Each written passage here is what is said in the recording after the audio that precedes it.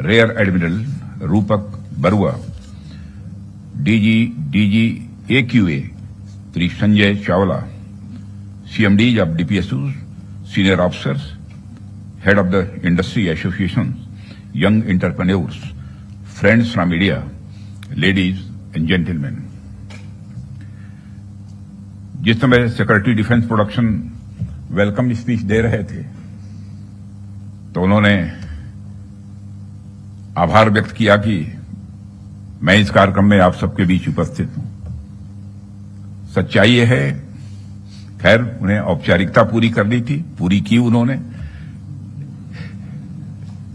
लेकिन इस national quality conclave में आना मुझे बेहद अच्छा लगा है।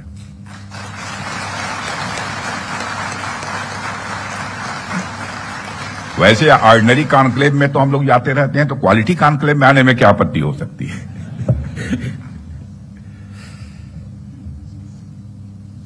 साथियों, सबसे पहले तो मैं हमारी आर्म्ड फोर्सेज ने कल जो कार्रवाई की है,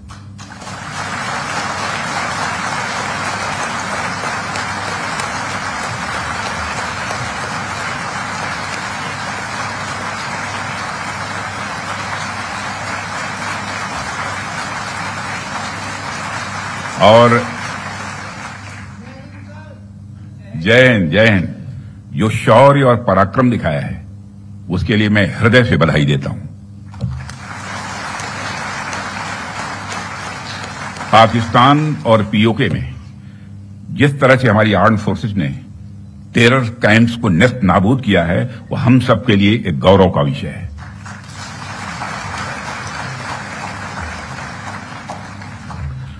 साथियों, आप सभी नेशनल क्वालिटी कॉन्क्लेव का आयोजन ये आपका चल रहा है।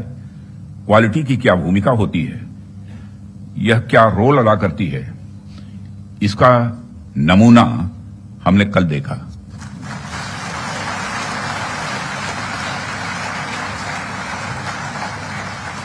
जिस प्रिसीजन के साथ यानी जिस सटीकता के साथ ऑपरेशन सिंदूर एग्जीक्यूट किया गया, वह अनइमेजिनेबल है, बहुत ही सराहनीय है। इसमें 9 टेररिस्ट कैंप्स तबाह हुए और अच्छी खासी संख्या में आतंकी मारे गए। जिस तरह से इस ऑपरेशन को किसी भी इनोसेंट को नुकसान पहुंचाए बिना मिनिमम कोलेटरल डैमेज के साथ अंजाम दिया गया, वह इसलिए संभव हो पाया क्योंकि हमारे formidable and professionally trained armed forces के पास इक्विपमेंट भी हाई क्वालिटी के थे। ऐसे में इस क्वालिटी कॉन्क्लेव को मैं बड़े महत्वपूर्ण कॉन्क्लेव के रूप में देखता हूं। मैं इस आयोजन के लिए डिपार्टमेंट ऑफ डिफेंस प्रोडक्शन और इनके secretary defence production Shri Sanjeev Kumar को भी हार्दिक बधाई देता हूं और क्वालिटी एश्योरेंस ऑर्गेनाइजेशंस को भी मैं बधाई देता हूं। साथियों, अभी मैं इस कॉन्क्लेव की थीम देख रहा था, fast tracking of quality assurance through integrated approach and technology enabled processes. आपकी यह थीम मुझे बेहद अच्छी ही नहीं लगी, बल्कि दिलचस्प भी लगी, इंटरेस्टिंग लगी। वैसे भी पूरी दुनिया में इसमें बड़ी तेजी से डिसरप्टिव चेंजेस हो रहे हैं और खासकर डिफेंस सेक्टर में तो लगातार नए नए ट्रांसफॉर्मेशंस ये देखने को मिल रहे हैं। ऐसे में क्वालिटी असेसमेंट को फास्ट ट्रैक करना न सिर्फ रेलेवेंट है, बल्कि मैं समझता हूं यह समय की मांग है। उन चेंजेस को देखते हुए यह थीम अपने आप में बहुत ही रेलेवेंट हो जाती है। इतनी इंटरेस्टिंग और रेलेवेंट थीम रखने के लिए भी मैं आप सबको बधाई देता हूं। साथियों, अक्सर मुझे आर्म्ड फोर्सेस के अलग अलग कार्यक्रमों में प्रायः जाने का अवसर मिलता है। रिसर्च एंड डेवलपमेंट ऑर्गेनाइजेशंस के इवेंट्स में जाने का भी अवसर मिलता रहता है। प्राइवेट सेक्टर द्वारा आयोजित कार्यक्रमों में भी मैं प्रायः जाता ही रहता हूं, परंतु आज का यह जो मंच है, यह अपने आप में बड़ा अलग है और एक विशिष्ट मंच है। मैं ये देख रहा हूं यहां कई सारे लोग हैं जो अलग अलग फील्ड्स में महारत जिन्होंने हासिल की है, महारथी बैठे हैं यहां। इसलिए मुझे लगता है कि आज की हमारी बातचीत भी कई मायनों में विशेष होने वाली है। साथियों, इस क्वालिटी कॉन्क्लेव की महत्ता और आवश्यकता पर तो मैं आगे चर्चा करूंगा ही, परंतु पहले मैं आपको कुछ ऐसे बिंदुओं से, कुछ ऐसे पॉइंट से अवगत कराना चाहूंगा जो हमारी सरकार की प्रायोरिटीज से जुड़े हुए हैं। 2014 में माननीय प्रधानमंत्री जी के नेतृत्व में हमारी सरकार आने के बाद प्रधानमंत्री जी ने हमें एक अत्यंत महत्वपूर्ण सूत्र प्रदान किया। उन्होंने शुरुआत में ही डिफेंस प्रोडक्शन सेक्टर के इम्पावरमेंट पर विशेष बल दिया।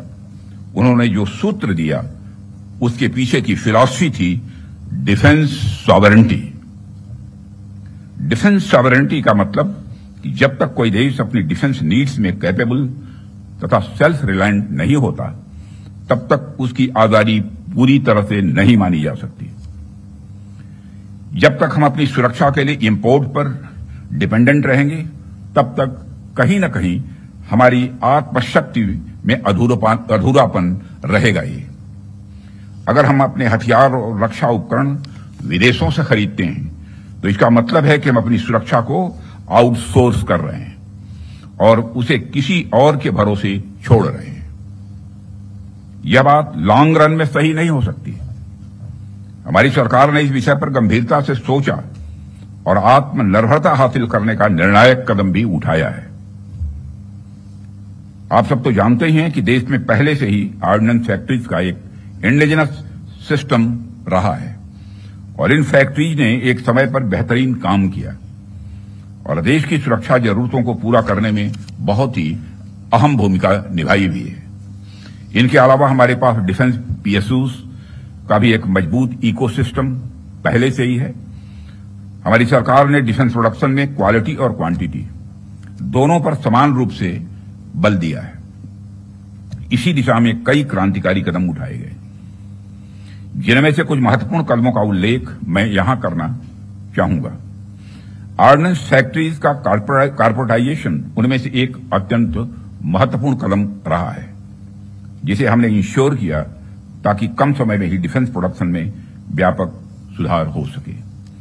यहां मैं जरूर बताना चाहूंगा कि ऑर्डिनेंस फैक्ट्रीज का कॉर्पोरेटाइजेशन हमारे लिए कोई बहुत सरल प्रक्रिया नहीं थी।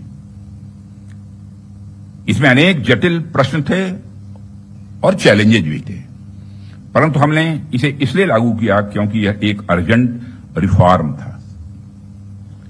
अब प्रश्न उठता है कि यह अर्जेंट क्यों था। इसका एक बड़ा कारण था क्वालिटी। आप सभी स्पेशलिस्ट के समक्ष मैं यह कह सकता हूं कि सरकार ने क्वालिटी को अपना प्रायोरिटी रिफॉर्म एजेंडा बनाया है। हमने क्वालिटी इंप्रूवमेंट को ही टारगेट करते हुए ऑर्डिनेंस फैक्ट्रीज का कॉर्पोरेटाइजेशन किया। तब से लेकर आज तक डिफेंस पीएसयूज ने लगातार सुधार किया है और कॉर्पोरेटाइजेशन के पश्चात क्वालिटी प्रोडक्शन को लगातार आगे बढ़ाने का प्रयास भी किया गया है और आज ये डीपीएसयूज इंटरनेशनली कॉम्पिटिटिव हो रहे हैं। आज ये अपने रिसर्च एंड डेवलपमेंट पर भी अच्छा फोकस कर रहे हैं। आज ये ऑर्गेनाइजेशन पहले से कहीं ज्यादा वाइब्रेंट और एक्सपोर्ट ओरिएंटेड हो रहे हैं। वैसे तो अभी कुछ कार्य बाकी है, पर मैं इतना जरूर आश्वस्त हूं कि जिस प्रकार पब्लिक सेक्टर में रिफॉर्म के लिए हम प्रयासरत हैं, वह हमें आने वाले समय में काफी अच्छे रिजल्ट्स देने वाला है।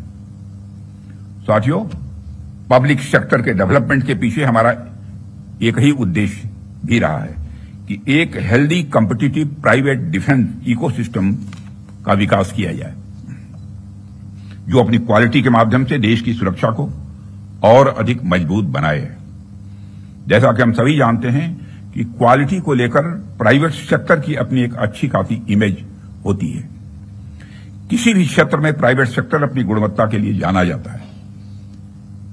आज चाहे बड़े प्लेटफॉर्म्स हों या सिस्टम्स, एमएसएमईज हों या स्टार्टअप्स, हमने ऐसा प्राइवेट इंडस्ट्रियल बेस तैयार किया है जो देश के डिफेंस सेक्टर के विकास में सक्रिय भागीदार बन रहा है और उसे सशक्त कर रहा है। आज रिलीज होने वाले इंडस्ट्री 4 को भी मैं इसी संदर्भ में देख रहा हूं। यह निश्चित रूप से हमें स्मार्ट मैन्युफैक्चरिंग के एक ऐसे एरा में ले जाएगा जहां से हमारे लिए कई नए डायमेंशंस खुलेंगे। इसी तरह जो दूसरे मैनुअल्स आज रिलीज हुए हैं, जो एमओयू साइन हुए हैं, उनको भी मैं इसी कंटेक्स्ट में देखता हूं। ये सभी प्रयास केवल सरकार के प्रयास नहीं है, बल्कि आप सभी का मिला जुला प्रयास इसमें शामिल है, इसीलिए यह संभव हो पा रहा है। साथियों, जैसा कि आप सभी जानते हैं, आज की दुनिया में सिर्फ प्रोडक्ट नहीं बल्कि एक मजबूत ब्रांड वैल्यू भी जरूरी है। जब मार्केट में असिमेट्रिक इंफॉर्मेशन फैली होती है तब कंज्यूमर भ्रमित हो जाता है, कंफ्यूज हो जाता है। ऐसे में वही ब्रांड सफल होता है जो कंसिस्टेंट क्वालिटी और रिलायबिलिटी का भरोसा देता है। और यही कारण है कि हमें इंडियन डिफेंस इंडस्ट्री को एक स्ट्रांग और ट्रस्टेड ब्रांड बनाना ही होगा। इस संदर्भ में आज मैं आपसे एक महत्वपूर्ण अपील करने के लिए आप सबके बीच खड़ा हुआ हूं। यह अपील है एक मजबूत वर्ल्ड लीडिंग और state of the art brand India का निर्माण।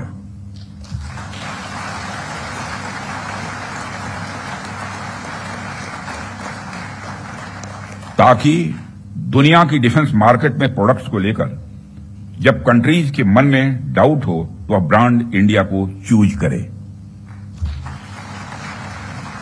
Whenever in doubt, go for India।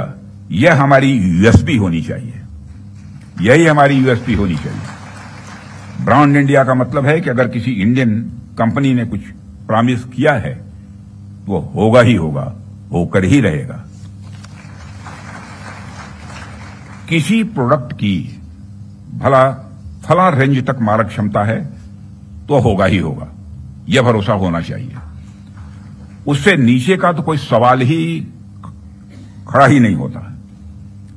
किसी प्रोडक्ट की फला टेम्परेचर तक में काम करने की कैपेसिटी है तो होगी ही होगी, उससे नीचे का तो कोई प्रश्न ही नहीं खड़ा होता। यह होना चाहिए हमारा क्वालिटी एश्योरेंस और ब्रांड इंडिया का भरोसा। और जब हम ऐसा कर पाने में सफल होंगे तभी इंटरनेशनल बायर्स हमें एक ट्रस्टेड सप्लायर के रूप में देखेंगे और कहेंगे, don't go for doubt, go for India.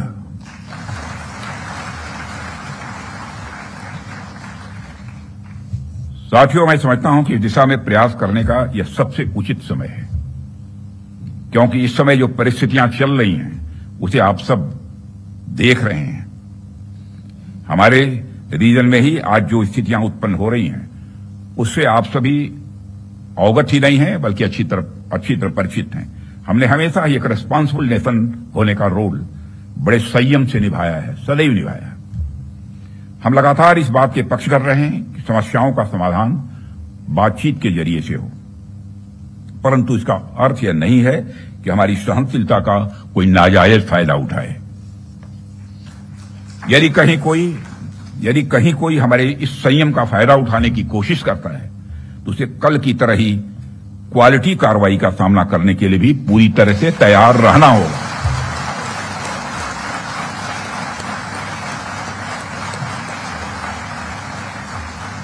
कल की तरह ही क्वालिटी कार्रवाई का सामना करने के लिए उसे तैयार रहना होगा।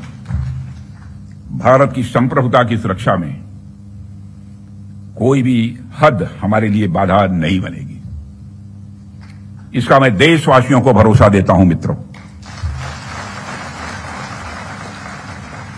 ऐसे रेस्पॉन्सिबल रेस्पॉन्सेस के लिए हम आगे भी पूरी तरह से तैयार हैं। और यदि हमारी यह तैयारी बनी हुई है तो इसमें आपका एक बहुत बड़ा रोल है, बहुत ही महत्वपूर्ण रोल है। इसके लिए मैं आप सबको बधाई देना चाहता हूं, आप सबकी मैं सराहना करता हूं। भारत का यह expanding defence industrial universe, Bharat का यह expanding defence industrial universe Bharat को एक अभूतपूर्व संबल प्रदान कर रहा है। और इसी प्रकार अगर हम आज के ग्लोबल सिनेरियो पर नजर डालें तो ग्लोबल ऑर्डर में हमें बड़े बड़े चेंजेस देखने को मिल रहे हैं। हमारे सामने कई अनसर्टेन डायमेंशंस ओपन हो रहे हैं। यूरोप से लेकर एशिया तक हर जगह कॉन्फ्लिक्ट्स बढ़ते जा रहे हैं। Ukraine Russia conflict, Israel Palestine tension और मिडिल ईस्ट अनरेस्ट ने यह साबित कर दिया है कि ग्लोबल स्टेबिलिटी आज अपने आप में बहुत ही फ्रेजाइल है।